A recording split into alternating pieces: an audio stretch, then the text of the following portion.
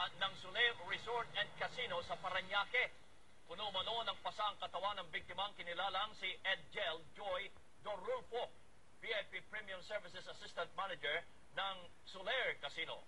Nang dali siya sa ospital mula sa Soler at inamin naman ng kinakasama ni Dorulfo na nakadroga ang biktima bago pamatay.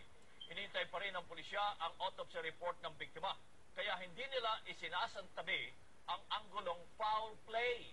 Tinuturing naman na person of interest ang live-in partner ng biktima at dalawang iba pang kasama niya nang mangyari ang naturang insidente.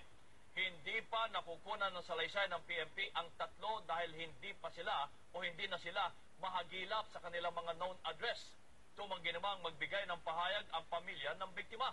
Ayon naman sa pamunuan ng Soler, kinalulungkot nila ang pagkabatay ni Dorulfo at nakikipagtulungan na sila sa pulisya para maresolba ang kaso. Manager ng isang sikat na kasino matapos isugod sa ospital ng tagtad ng pasa ang katawan. Lumabas po sa death certificate ng biktimang si Edgel Joy Dorulfo na matay ito sa pananakal. Pinaghahanap na po ngayon ang nobyo ng biktima na itinuturing na person of interest ng pulisya.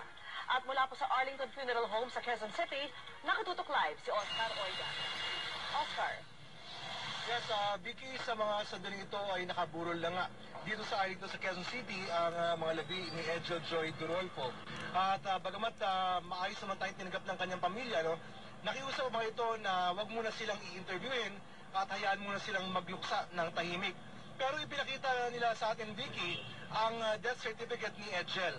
Makikita rito na asphyxia by manual strangulation o pananakal ang ikinamatay ito. Ayon sa Parañaque Police, tadtad ng pasa at walang malay si Edgel nang isugod sa San Juan de Dios Hospital nitong Biyernes ng madaling araw. Pero makalipas ang halos 10 oras sa ospital, pumanaw ang biktima. Sabi rin ng Parañaque Police, itinuturing ng person of interest ang fiancé ng biktima na si Rodney Inchausti. Si Rodney pa raw ang nagdala kay Edgel sa ospital at tumawag sa magulang ng biktima. Assistant Manager para sa VIP Premium Services ng Soler Resort and Casino si Edgel. Ayon sa Parañaque Police, may kuha ang CCTV ng hotel kung saan makikita na walang malay ang biktima kasama ang suspect.